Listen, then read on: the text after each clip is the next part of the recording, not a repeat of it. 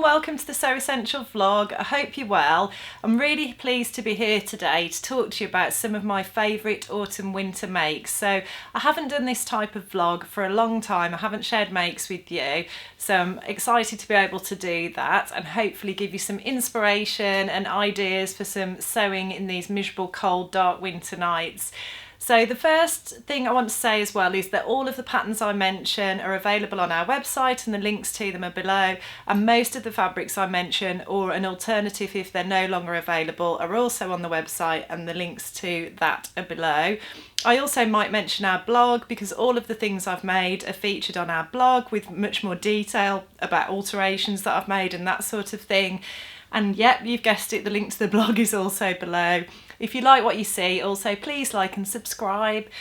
And I'll start by talking to you about this beautiful yellow dress that I've made, which yellow is not normally a colour I go for, but in autumn I just can't get enough of these mustardy tones. I think this fabric is referred to as saffron on the website. I keep calling it mustard, but it's a John Caldor Peas Blossom, and I just think it's absolutely glorious. I just think what a lovely way to add some colour and a bit of a brightness to your winter wardrobe, which I think we can all fall into the trap sometimes of wearing greys and blacks and dark colours just because it's winter. But why should we? Why not bring a bit of brightness and a bit of joy into your winter wardrobe? That's how I feel anyway. So yeah, it's the usual beautiful quality that you would expect from John Caldor. It's a crepe, it's got lovely drape and movement, washes and wears beautifully, and I think it was the perfect pairing for this dress, which is McCall's 7381. And this dress pattern I am raving about because it's got loads of beautiful details which I'll talk to you about, but it's so easy to make as well, so it's a totally winning combo. So I'll just point out all the lovely details to you. First off, these pleats on the shoulders. I'll just get a bit closer to the camera so you can see those. So I thought that was a really pretty design detail. Then you've got pleats on the front of the skirt as well, and a curved curved waistline, on the front of the dress. And I think that whole sort of combination of pleats and the curve just has a really flattering effect on this area. It sort of draws your waist in and flattens as well, so yeah, that's a winner as far as I'm concerned. It's got an elasticated back, so that's nice and easy to fit, and it's nice and comfortable as well. Lovely v-neck, overlaps at the front, so it's just a pull over your head job, which is great, so there's no complicated fastenings or anything like that to worry about. And then the sleeves have got this lovely sort of bell full sleeve with the gathering at the cuff, and then a small cuff attached to it, which again has got no fastenings. You can just pull that on over your hands. I did make the cuffs slightly smaller than they were suggested on the pattern because I just wanted them as small as they could be. I didn't want them to be too loose and baggy, so I basically tested the cuff on my hand before I attached it to the dress to make sure I could get it on and off and it was the right size, and went as small as I could. But overall, I'm just absolutely thrilled with this dress. Really, really pleased. I think it's a lovely pattern. As I say, loads of lovely details, but a dead simple, quick and easy make as well. So I'll just talk to you about any alterations that I did or adjustments that I did. As usual, I always have to do a high round back adjustment and I have to do a forward shoulder adjustment, so I did both of those.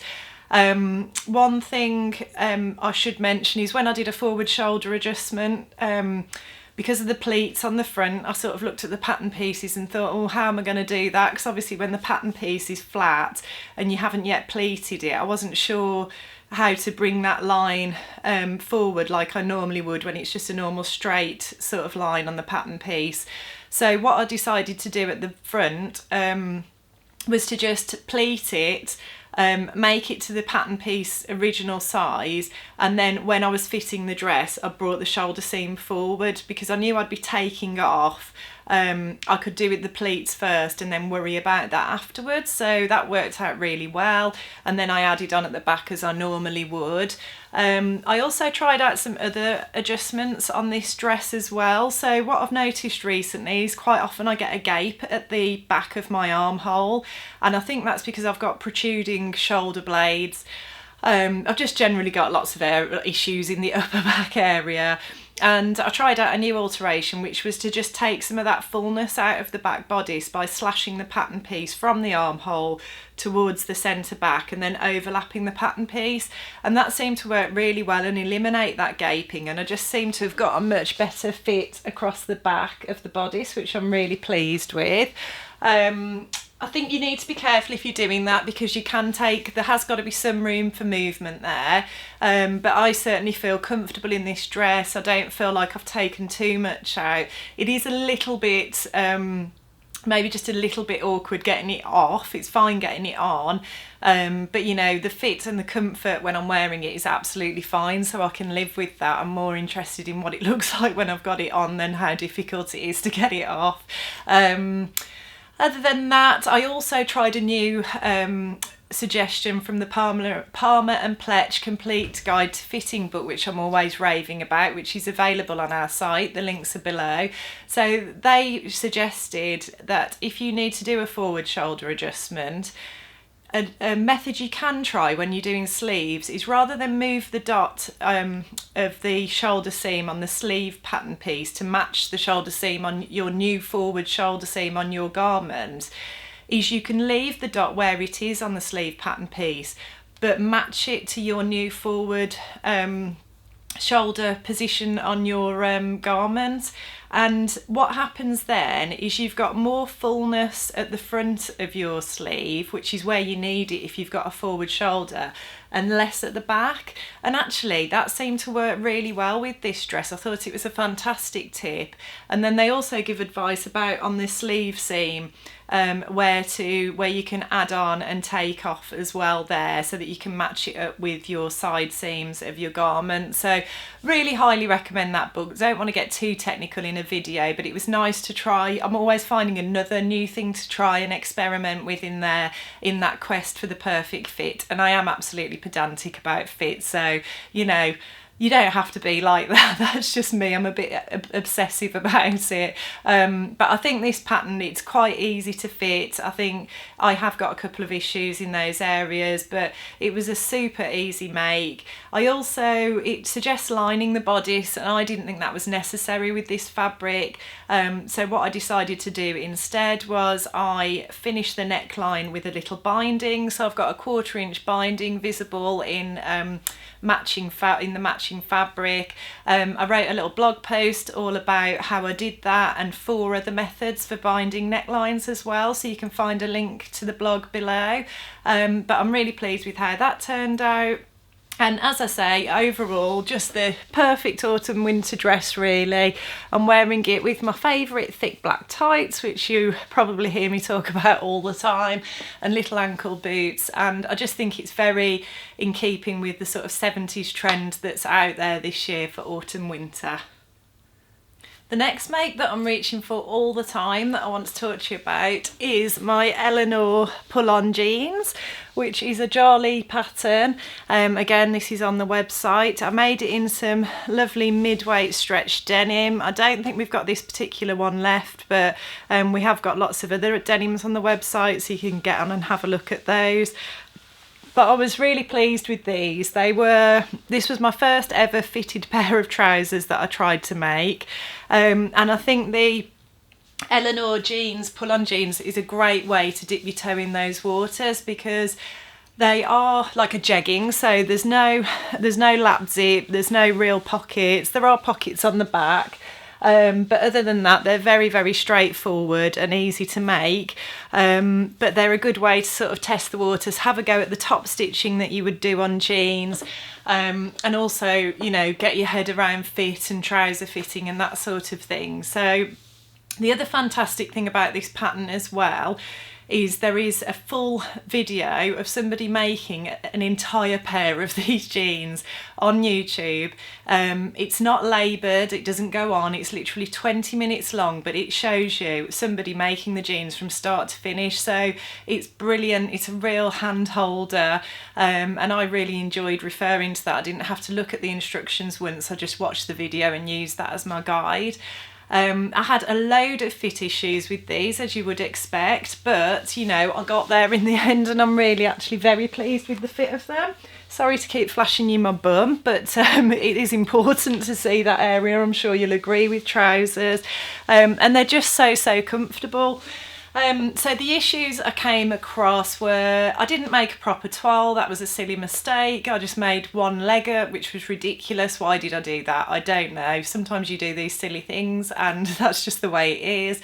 But then what I discovered, really, I think I made them about 2 sizes too big, but I've managed to alter them to get them to fit. But one of the main issue I had with them that I still haven't properly resolved, and I think it is all to do with the crotch curve, is I had a huge excess of fabric down here on the backs of my thighs. It was really wrinkled and there was just way too much fabric there, which is surprising because I've actually got quite full thighs. So yeah, I just couldn't work that out, and I spent ages researching it, and I found that lots of other people were having the same problem.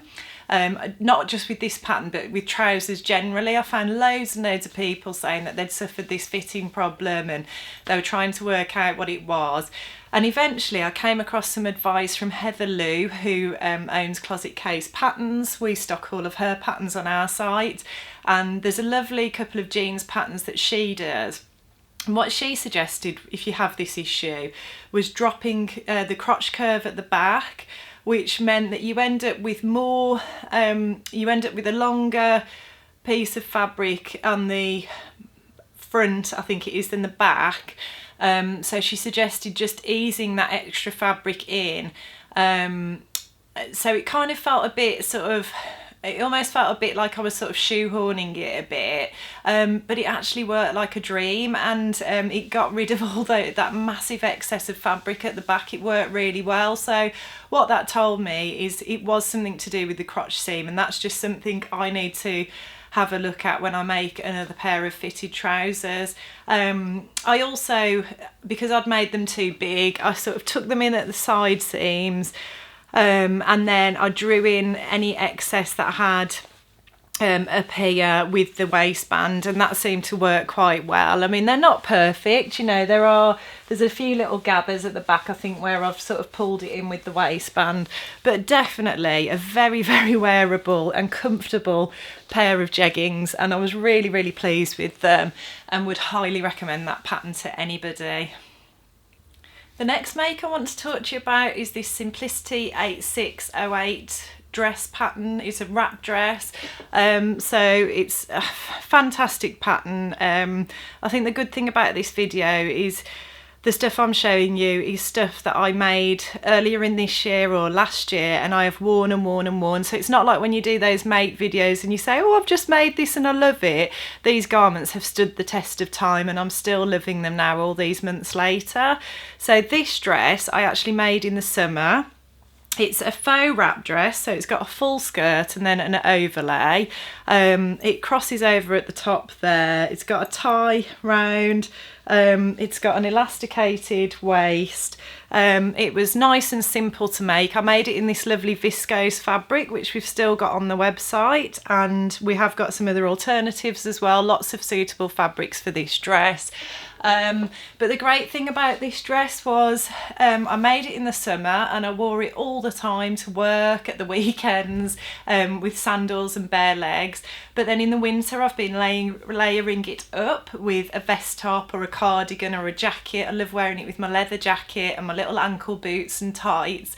And I just think it's a fantastic wardrobe builder from that point of view. You know, having a dress that you can genuinely wear all year round is just fantastic. I did alter the pattern a bit. I put a cuff on the sleeves and I think I shortened the sleeves. I think they were supposed to be full length. I And I did that because I just wanted it to be more like a shirt sort of sleeve, and just be a bit more of a casual sort of look. I made my usual sort of forward shoulder adjustments and that sort of thing, but it was a dead quick, dead easy make, and just something I'm wearing again and again and again. The last thing I want to show you is a bit of a 2-for-1. So I'm showing you the Pussy Bow blouse pattern by Sew Over It, and my New Look 1370 skirt in black scuba. So I feel like this is a bit of a winning combo. Again, both things that I have worn to death. I have worn them and worn them and worn them. The blouse I think is really versatile and good for sort of spring, autumn and winter, and even summer, to be honest, because I made it in a viscose fabric, so on those slightly cooler days in the summer where you want to cover your arms up, this was fine. The skirt obviously I do keep more for my autumn winter wardrobe, just because it's black, and in the summer I like to wear brighter colours, and also it is made in scuba, which is quite a warm fabric but perfect for autumn winter. So the Pussy Bow blouse pattern is just absolutely fantastic. I can't say enough good things about this pattern. I love it, and I would make it again and again and again if I had the time. I think it's a lovely cut. It just fits really nicely. I had to make very few adjustments to it, which is amazing for me, because normally I have loads of problems with, with tops, especially with sleeves, because of my shoulders and my high round back and all the rest of it. But yeah, I think the cut's great, the fit's great. It's got some lovely little details, like a gathered sleeve with a little cuff and a little button and loop, which I haven't done it because I've been getting changed every 5 minutes for this video. But yeah, it's just a really lovely top. I love the little pussy bow as well on the blouse. There's an option to do a high neck one as well if you want to. And it's just a really quick, easy, simple make as well, because there aren't any fastenings. You haven't got to worry about doing a placket or buttonholes or any of that sort of stuff that you might have to with other blouses. So yeah, it's a fantastic make. This is our viscose fabric that we had in last year. We haven't got any of this left anymore, but we've got loads of alternatives and loads of like crepe de chines and polyesters that would work really well with this pattern as well. There's some beautiful leopard print crepe de chines. I'm working with the red and black one at the moment. I'm looking forward to sharing that with you, and that would be perfect for this pattern. And I was really tempted to make another one of these, but I decided I'd try out a new pattern, because I always like to try out new things and share those with you. But yeah, fantastic pattern, and something that I love wearing and feel really comfortable in. And then the skirt, it's not the most exciting thing I've ever made. It's a plain black skirt. I added the exposed zip at the back just to add a little bit of interest. But what I wanted to say about this, the pattern's great and dead simple and dead easy, but the scuba as well. The scuba was like the best thing I ever did, was making a black scuba skirt, because I've worn this to death, and despite that I wear it every week in the winter, and I wear it at least one day a week to work. I wore it last year as well, the same amount, and I've washed it and worn it and washed it and worn it, and it still looks absolutely pristine, which is great. It's nice and warm, it's comfortable, it's got a bit of stretch in it, so it's just everything you could wish for in a skirt, really. And we've got some nice scubas on the website right now. We've got a plain black and we've got a plain purple as well, so they're available to you. But yeah, all in all, both of these were absolute winners as well for my autumn winter wardrobe. So I hope you've enjoyed that. I look forward to sharing some new things with you in the coming weeks. I'm beavering away at the moment on a project, and I've got a million other projects in my head that I want to make as usual. So yeah, stay tuned and I'll be sharing those with you. If you like what you see, please like and subscribe. And also, as I mentioned at the start of the video, links to our website and our blog are below, where you can find all of the things that I've talked about today. So that's it from me, and I look forward to seeing you next time.